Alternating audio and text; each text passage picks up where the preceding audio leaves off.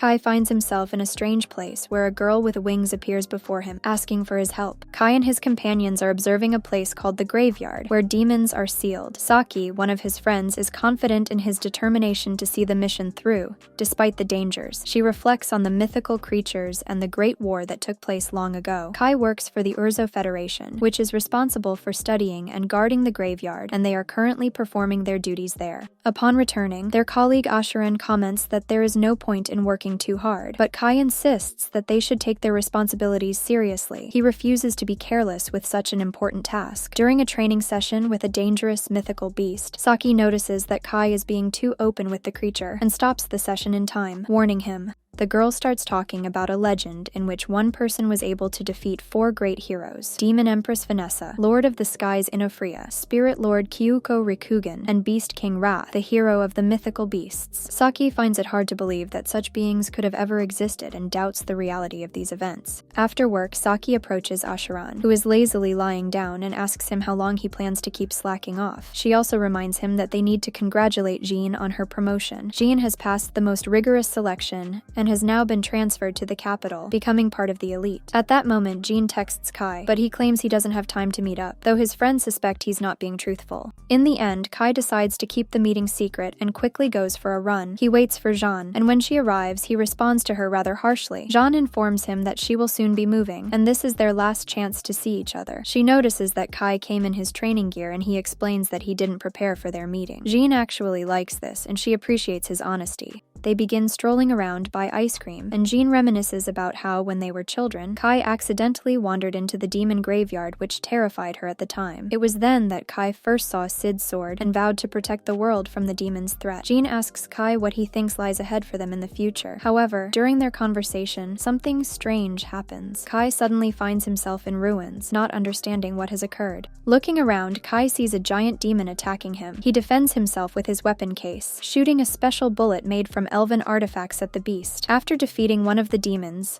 another appears, claiming that Kai exudes danger, and begins to attack him. At that moment, a girl comes to Kai's rescue, throwing a flash grenade that blinds the monster. The girl and Asheron drive him away in a car. Kai realizes that the girl is Saki, but she doesn't recognize him. In the car, they explain to Kai that they are part of the resistance, and the world he knew is now destroyed. Humans lost the war, and the world is now ruled by other gods. They invite Kai to join them in their underground city, Neo-Vishel, where the remnants of humanity live. Kai is shocked by the news and asks many questions, including why humans lost the war. He tries to ask about the hero Sid, but his companions don't know who he's talking about. When they arrive in the city, Kai sees Jean, but she doesn't recognize him either. He tries to remind her of their recent shopping trip together, but she insists that nothing like that ever happened. Kai realizes that in this world, no one remembers him, and he decides to uncover the truth on his own. As he studies the documents, he finds no records of himself or the Great Prophet, although the graveyards still exist. Kai takes a car and drives to one of the graveyards, where he notices that the seal is broken. Entering inside, he finds Sid's sword. When he picks it up, a voice in his head tells him not to let go of the sword, as it is the keeper of the code. Suddenly, Kai is transported to an unknown place, where he sees a girl who begs him to free her. Kai, standing in front of the mysterious girl, noticed that she clearly wasn't of a human race. He asked for her name. The girl responded by asking who he was, and then introduced herself as Rina, pleading for help. Kai decided to free her, trying to cut the chains with his sword, but it didn't work. He then used his last bullet, but that too failed. Realizing that ordinary methods wouldn't work, he summoned his magical sword. The summoning succeeded, and this time, when Kai struck, he not only broke the chain but also shattered the slab she was bound to. After Rina regained her composure, she mentioned a name, Vanessa, and initially mistook Kai for a low-level demon sent to bring her to Vanessa. She attacked him with a powerful spell, but at that moment, Kai heard the voice of his sword, reminding him that it could cut through fate itself. He parried Rina's attack and dispelled her magic. Shocked, Rina listened as Kai explained that he was human. Realizing her mistake,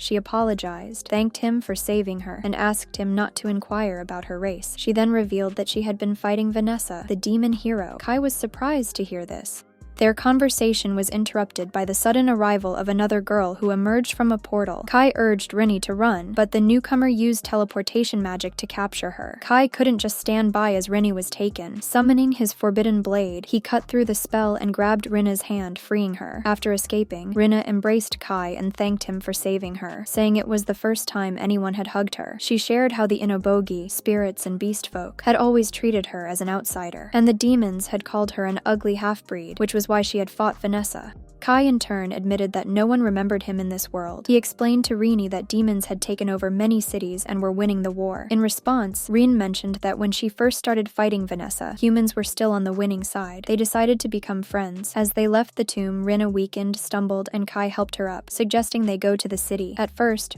Rinna refused, saying she didn't want to be around humans, but Kai eventually convinced her. Later, as they settled into the city, Kai lay on the bed, recalling how Rinna had distracted him while he drove. Even though she had hidden her wings, she still attracted attention. Meanwhile, Rinna was singing while taking a shower. She rushed out, barely covered, not knowing how to turn off the water, and admitted that she had always bathed in rivers and ponds, never having a soft bed. Kai offered to change their fate and future. That night, Rini woke him, sensing strong magical disturbances. At the same time, demons attacked the city. When Kai went outside, he saw that no one was planning to defend the city. Apologizing to Rini, he told her that he had to fight to fulfill the legend of Sid in this world. Saki ran to retrieve more powerful weapons, but a demon suddenly attacked her. Kai saved her and suggested flooding the demons with water. Rinne assisted him, and the people around marveled at Kai's combat skills. They started asking him questions, and Kai revealed that he came from another world where humans had won the Great War. Later, another unit reported that 2 demons had disappeared. Kai and his companions decided to head to the command center to report the situation. On the way, they told him that Jean's father had died 2 years ago from his wounds. When Kai met Jean, he explained that he came from a world where humans had emerged victorious. However, no one believed him.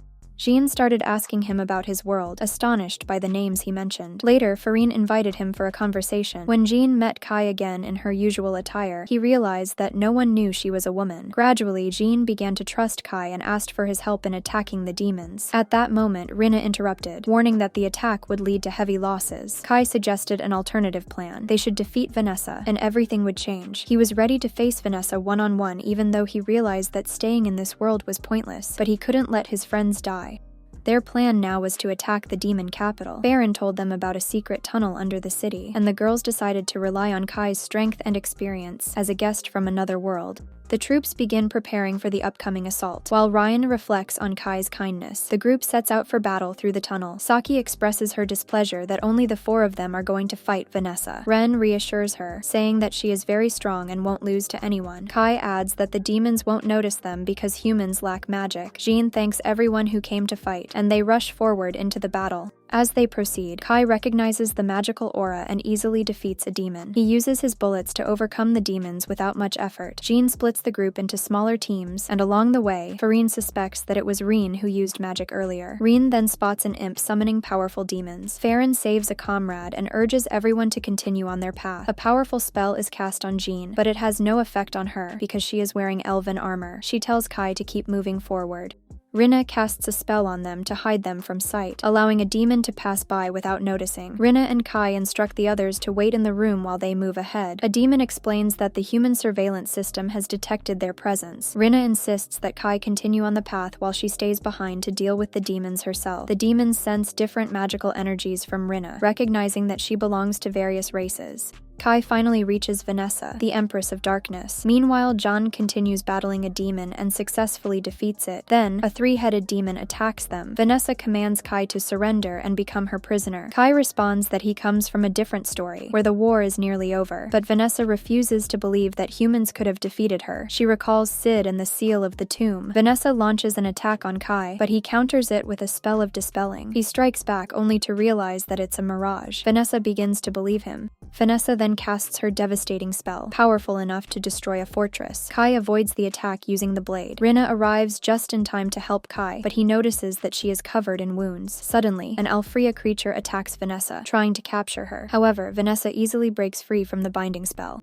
Kai realizes that Rinna is incredibly powerful, but also sees the fear she has toward Vanessa. Vanessa decides to deal with them. Rinna throws herself at Vanessa, urging Kai to run while she holds Vanessa in a barrier. However, Vanessa easily shatters the barrier. Kai attacks her, but Vanessa casts a powerful spell that kills him. Rinna, seeing Kai's lifeless body, summons her magic, restoring her strength in a desperate attempt to avenge him. She launches a fierce attack on Vanessa, but the Demon Empress effortlessly blocks her strikes. Rinna realizes that Vanessa had been hiding her true form from Kai, likely to avoid scaring him, only to kill him in the end. Determined to stop Vanessa, Rinna considers sacrificing herself by using forbidden magic, hoping to kill Vanessa in the process, but her strength falls short. Apologizing to Kai for being too weak, Rinna is shocked to find that Kai is still alive. Vanessa, equally surprised, cannot understand how he survived. Kai declares that he will defeat her, no matter the cost. Vanessa then reveals that while other heroes truly exist, the human heroes are no more. Kai counters her magic, slicing through it with his sword. Meanwhile, Rinna distracts Vanessa, allowing Kai to get close and attack from behind. Vanessa, finally acknowledging her defeat, reflects on the past, recalling that the world had been rewritten and that Sid foresaw this outcome. She reveals that the sword Kai wields is the key to saving the world and speaks of a forbidden fruit hidden in an unknown realm.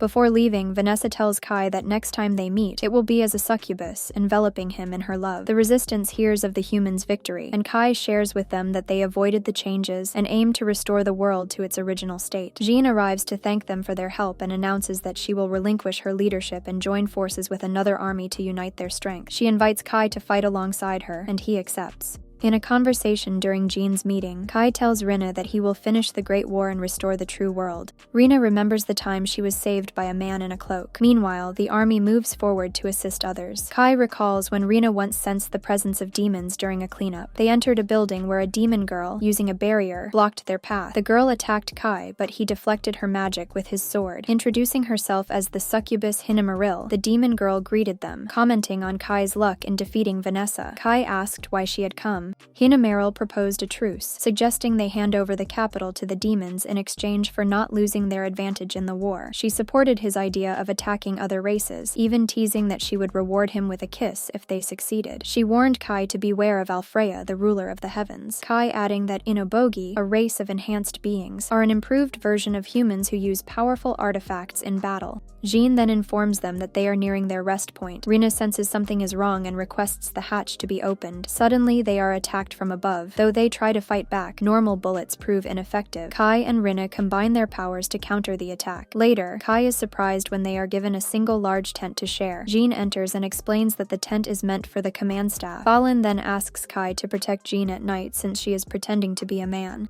Inside the tent, Kai notices Rinna giving Jean a massage. Confused about why they were attacked while on Urzo Federation territory, Kai listens as Rinna assures him that the capital is prepared for their defense. That night, Kai finds himself sleeping between the two women, Jean and Rinna. Jean announces that they are nearing their destination, and Kai warns Saki to remain vigilant, as Inobogi and humans look very similar. They stop and exit their vehicles. Rinne spots elf berries, which are poisonous to humans. As they continue, they notice that the people welcome them warmly, expressing joy at their arrival. A sergeant greets Jean and thanks her for defeating the demon. Jean asks to be taken to the commander, but the commander's assistant informs them that all communications with him must go through her. The commander, clearly annoyed, demands to know why they made him wait and refuses their assistance. Jean firmly reminds him that it's not up to him to decide who earns credit and asks that he act appropriately. The whereabouts of Alfreya, the hero of the Inobogi, remain unknown. Jean states that she will personally scout the area, though another commander disapproves. Meanwhile, Rinna prepares soup, and Asheron inquires about the commander's aide, Kubil, whom Rinna already dislikes. Jean later leaves for the elf forest, again causing discontent among the other leaders. She returns with a report from her scouting mission and requests maps, signaling that they are ready to depart the next day. Rinna is eager to fight, but Kai calms her down. Meanwhile, Kubil suggests to the commander that they send a squad to the forest to capture some elves, advising the sergeant not to inform Jean of their plan. Rinna warns Kai that Kubil is not human. Meanwhile, Alfreya decides to sever the pact signed with the Inobogi, declaring that neither elves, dwarves, nor fairies are needed any longer. He breaks the bonds that once connected them. Alfreya, the ruler of the angels, attacks one of the girls, trapping her in a crystal, while another girl survives and orders the remaining soldiers to gather. At the same time, Jean Jean discovers a shattered squad in the elven forest and realizes that they were betrayed by Cubile. They find resistance weapons and figure out that their squad fell into a trap. Rini mentions that she senses the scent of elves and leads them to a place where they are transported through a portal. Upon their arrival, they spot an elf girl who tries to flee after learning they are humans. As they continue, Cubile appears and asks them to lower their weapons. Jean demands the release of the captured soldiers, and Cubile sets a condition: they must fight the leader of the angels. They follow her to a priestess named Lele. The priestess asks if they really defeated the demon, and notices that Jean is wearing elven armor. She proposes a deal. They will release the hostages if the heroes agree to kill Lord Alfreya. Lele explains that Alfreya has changed significantly. Cubile swears to offer her own head if it turns out to be a deception, but Phelan is not satisfied with the offer. Lele decides to personally accompany them, and Jean agrees, despite Cubile's disapproval. Lele orders the others to remain in place. Later, while resting, Lele approaches Kai. Puzzled as to why the humans are lighting a fire, she decides to discuss Alfreya's defeat with him and doubts that ordinary forces will be enough. Kai asks if she knows someone named Sid, but Lele doesn't recognize the name. Kai recalls Vanessa's last words before her death, realizing that it might have been Alfreya, not her, who reshaped the world. At the boundary, Kai notices their extreme caution, and Lele explains that it is due to demons, spirits, and mythical beasts. He looks at Rin and realizes that she had fought each of the gods alone.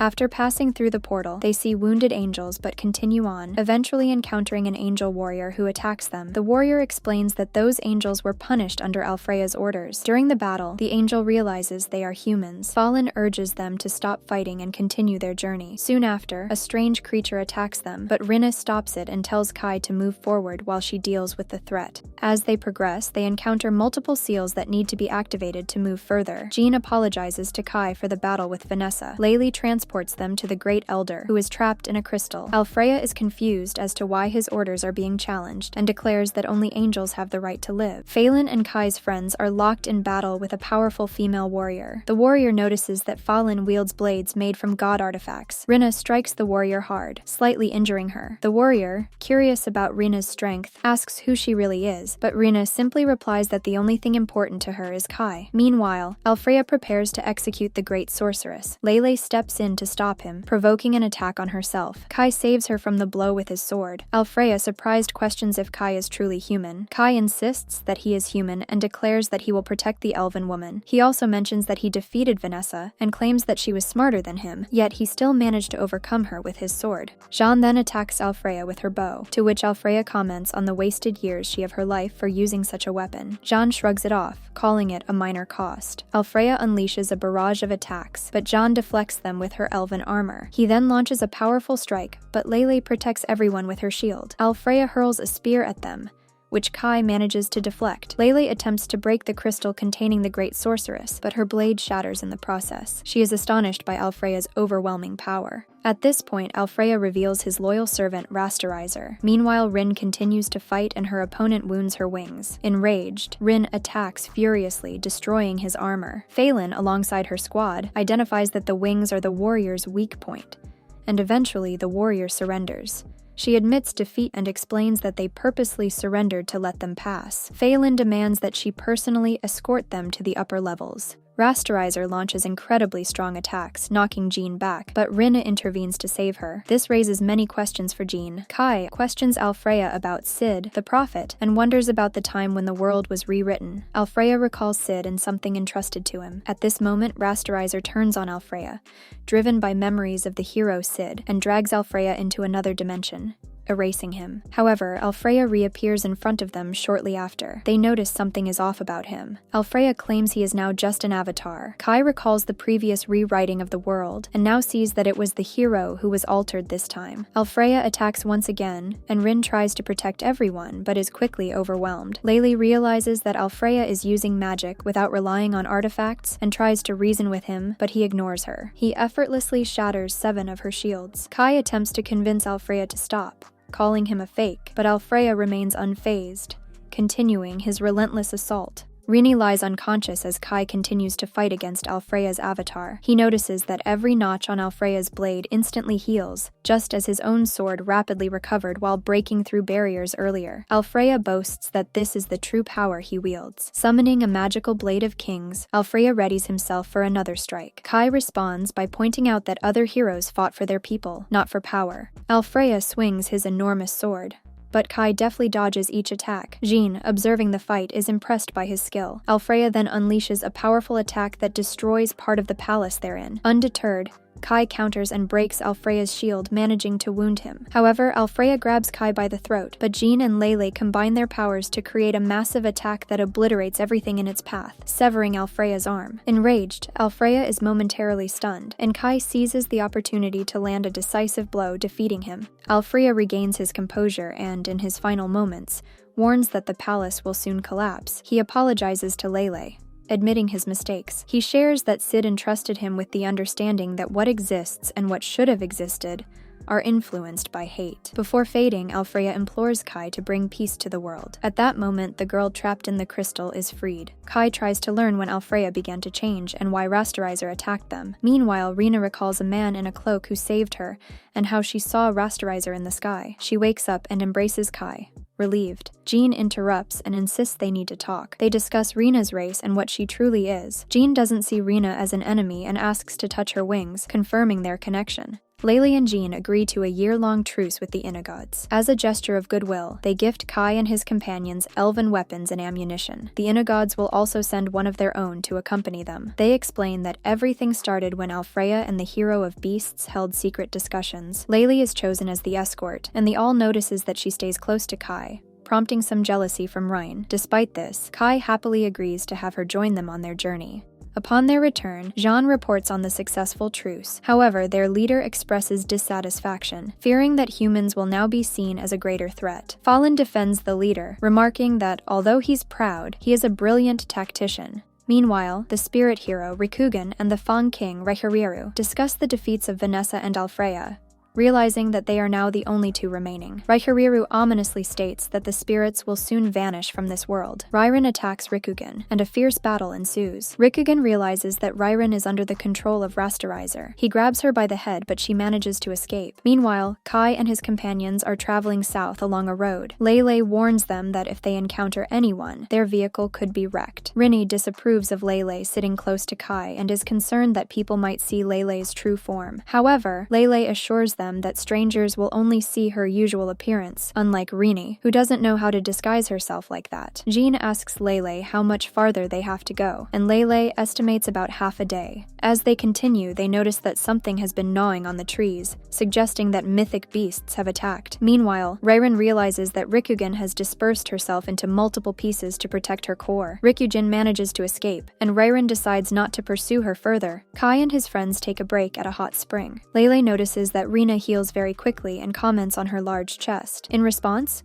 Rene retorts that Lele is flat like a board. Jean interrupts their bickering, mentioning a conversation she had with Kai about the weapons they use, which draw upon their life force. Jean is troubled by Rasterizer, calling it a terrifying monster. Kai agrees, adding that even in his world, no one had heard of such creatures. He explains that Rasterizer keeps heroes under control, and only Sid seems to anger them. Jean warns that they will likely face Rasterizer again in future battles, and Ryan admits she is afraid of them. Suddenly, a loud sound interrupts them. A massive mythic beast appears, and bullets are useless against it. Kai begins to attack, joined by Phelan, who throws a flash grenade and urges everyone to retreat. Lele is baffled as to how such a creature could be in the territory of the god artifacts. Kai explains that regular bullets are ineffective against the beast. They decide not to retreat and instead plan to fight. Kai identifies the beast's weak spot, and they use the forest to their advantage in distracting and attacking it. During the battle, Kai saves Rinny from an attack, but gets injured in the process. Lele eventually manages to send the beast to another world. Rinny cries over Kai's injury.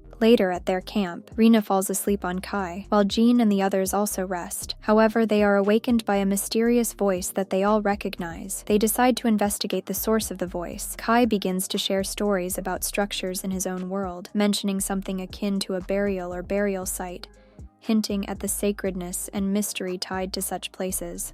As they approach the ancient temple, it speaks to them, inviting them to come closer. It tells them that they have found the heart of the world. The group hesitates, sensing the gravity of the moment, but the temple's words leave them with no doubt. Lele doesn't hear the voice coming from the temple. Rinna moves ahead and confirms that the voice is coming from within. Kai asks Lele to stand guard while they explore the temple. Upon entering, they see a large statue, which thanks them for arriving. The statue speaks, saying it comes from a place where war has ended and claims to know great power. As Kai looks closer, he recognizes the figure as the goddess Asirasyaraka. He remembers that this goddess had once bestowed a weapon upon Sid. The statue reveals that it created Codekeeper, a weapon capable of cutting through fate, and expresses its joy that Kai has found the sword. The goddess then unveils a prophecy. The world they live in has been rewritten with a false history. Jean, shocked, suggests that all their battles were a lie, but the goddess counters, explaining that without those battles, humanity would have been annihilated. The goddess goes on to tell Jean that she has a destiny. She must replace Sid and save this world. She also hints that Kai shouldn't even exist in this world, and that Jean is destined to defeat the Rasterizer and create a new world. These Rasterizers are abnormal monsters that threaten their reality. Jean asks what will happen to the current world, but the goddess gives no clear answer, only expressing great hope in both Kai and Rini. Rini, however, is skeptical of the goddess's voice.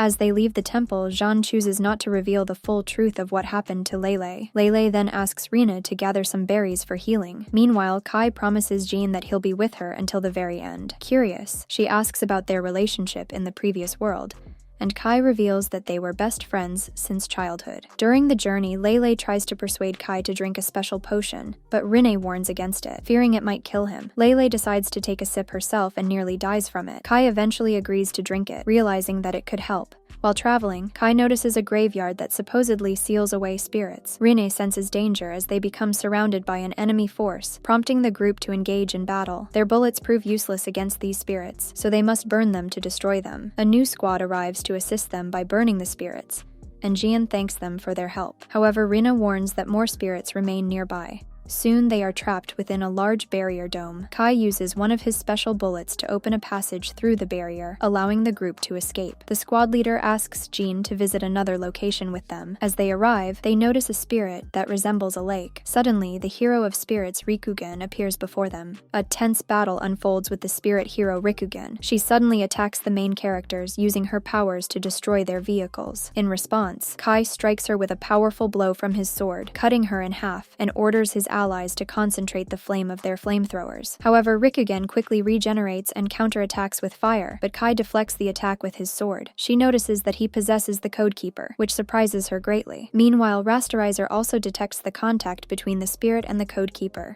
Rikugen questions where Kai got the sword. Kai mentions Sid again, to which Rikugen replies that Sid is her most hated human creation because he gave her knowledge. She then declares that the world is changing. Rasterizer reappears from a portal and captures the spirit hero, but Rikugen manages to escape the trap. Angered, she declares that she will no longer fight them. She offers a truce, explaining that she attacked them out of confusion as she was recovering, and assumed they would attack her. She also recalls her battle with Raishirieru and expresses fear of the Rasterizers, mentioning that Sid also considered them highly dangerous because they don't belong to any race. Jean supports the idea of a truce, pointing out that she has already made peace with demons and deities and is now willing to make peace with the spirits. Kyuko then shares that she first encountered Rasterizers in the burial ground after Sid left, and that all the heroes, including Raikirieru, eventually accepted the existence of Rasterizers. Later, Kyuko asks Kai about the location of a place she had mentioned earlier. Kai leads them to it, and when they enter, his sword begins to glow, and Sid's voice urges them to pursue a new future. The group is transported to another location where Kyuko senses a strong magical source.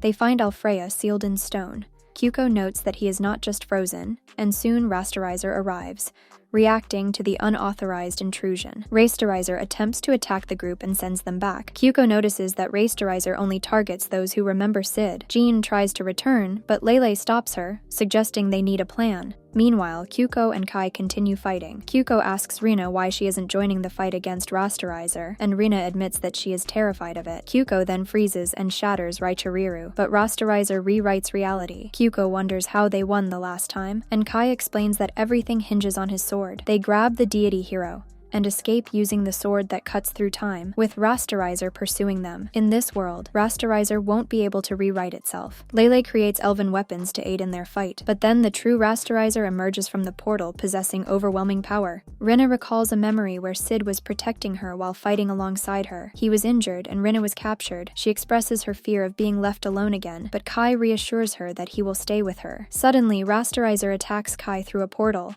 and Kyuko strikes back at Rasterizer. However, the spirit hero falls into a trap. Kyuko focuses her magic and unleashes her most powerful attack, shaking everything around them. Yet, Rasterizer survives the explosion. Rasterizer grabs Rina from Kai's arms and attempts to erase her, but Rina resists. Kai defends her and they combine their attacks, only to realize that Rasterizer has a shield. Jean and Lele join forces, launching an arrow that breaks through the shield, striking Rasterizer's head. This triggers a massive explosion, causing it to lose its head, yet its body continues to make strange sounds, summoning world-shifting transformations. A portal opens, and Rasterizer rewrites itself into the form of Sid, the strongest hero. Raikuriru declares that he won't give up and will protect the mythical beasts. Kai attacks Sid alongside Rini, but Rasterizer pulls Rina into a portal, leaving Kai to battle Sid's avatar alone. As the fight continues, Kai recalls his past, remembering that he never intended to replace Sid. He delivers a powerful strike. Meanwhile, Rini, now in chains, remembers how she used to hate everyone until Kai came into her life. She breaks free from her chains and saves Kai from an attack, telling him she will fight alongside him. Kai declares that the avatar is just a pathetic copy of the real Sid. He attacks with his weapon,